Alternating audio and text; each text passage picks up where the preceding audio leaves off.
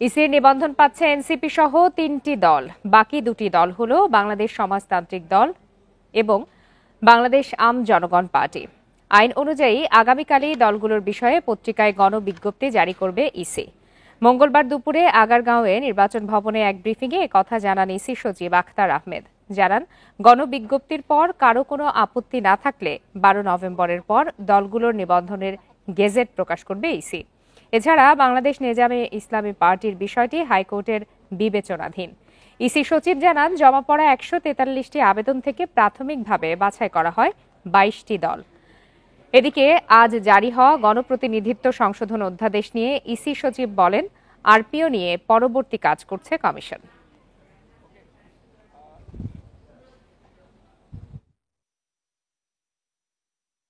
বাংলাদেশ সমাজতান্ত্রিক দল মার্ক্সবাদী, বাংলাদেশ আম জনগণ পার্টি এবং জাতীয় নাগরিক পার্টি এনসিপি, এই তিনটা দলের ব্যাপারে এই নতুন প্রার্থিত নিবন্ধনের বিষয়ে এটা কমিশন মনে করেছেন যে এই তিনটা দল রাজনৈতিক দল হিসেবে নিবন্ধন পেতে পারেন। এ বিষয়ে আরো বিস্তারিত জানাতে এই মুহূর্তে বার্তা কক্ষ থেকে যোগ দিয়েছেন সহকর্মী সুলতানা জাহান মিতু। সুলতানা জাহান মিতু, আমরা তো ইসি সচিব আখতার আহমেদের বক্তব্যের খানিকটা শুনছিলাম। আপনি পুরোটা সময় জুড়ে নির্বাচন কমিশন ভবনে ছিলেন। সেখানে আজ নতুন 3টি দলের নিবন্ধন পাওয়ার কথা জানানো হয়েছে। সার্বিক খবরাখবর জানাবেন।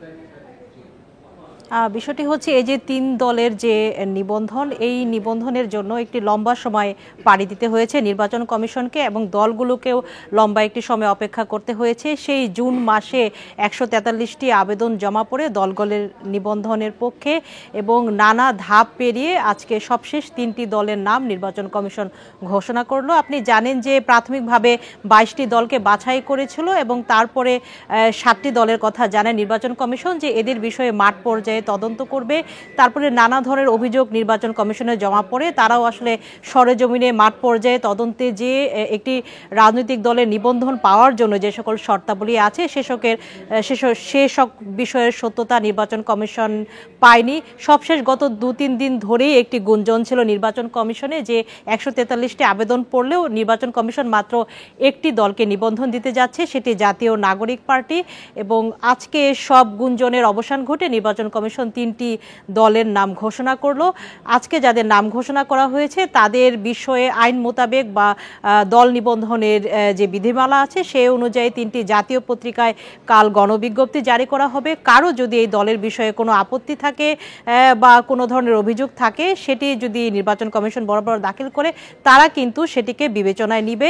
তবে এই সময়সীমার মধ্যে কোনো অভিযোগ জমা না পড়লে নির্বাচন কমিশন 12 নভেম্বরের পরে, অর্থাৎ সেটি 13 বা 14 তারিখ হতে পারে, গেজেট প্রকাশ করবে। তখনই তাদের নিবন্ধন একেবারে চূড়ান্ত হয়ে যাবে এবং বর্তমানে নির্বাচন কমিশনের যে নিবন্ধিত দল রয়েছে তার সংখ্যা 54টি এবং এই 54-র মধ্যে স্থগিত হওয়া বাংলাদেশ আওয়ামী লীগও রয়েছে এবং এই 3টি দল যদি নিবন্ধন পায় সংখ্যাটি 57-তে যে দাঁড়াবে। আরেকটি বিষয়, আরও একটি দল এই 143টি আবেদনের মধ্যে রয়েছে, সেই দলটির আবেদন হাইকোর্টে বিবেচনাধীন রয়েছে।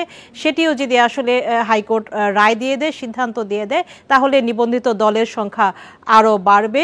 এই যে রাজনৈতিক দলের নিবন্ধন, এর কারণে কিন্তু আসলে নির্বাচন কমিশনের যে সংলাপ আগামী জাতীয় সংসদ নির্বাচনকে সামনে রেখে সেই সংলাপটিও আটকে আছে এবং নির্বাচন কমিশন অপেক্ষা করছিল রাজনৈতিক দলগুলোর নিবন্ধন চূড়ান্ত করে সেই সংলাপটি চলমান রাখার। আশা করছি কিছুদিনের মধ্যেই, অর্থাৎ আগামী 13 বা 14 তারিখে নভেম্বরের পর থেকেই রাজনৈতিক দলের সাথে নির্বাচন কমিশনের সংলাপ শুরু হবে। এর সাথে আরো যে বিভিন্ন পক্ষ আসে, সুশীল আছে বা বিভিন্ন পক্ষ আছে, তাদের সাথে সংলাপ নির্বাচন কমিশন শেষ করেছে। রাজনৈতিক দল সহ আরো 2-1টি পক্ষের সাথে।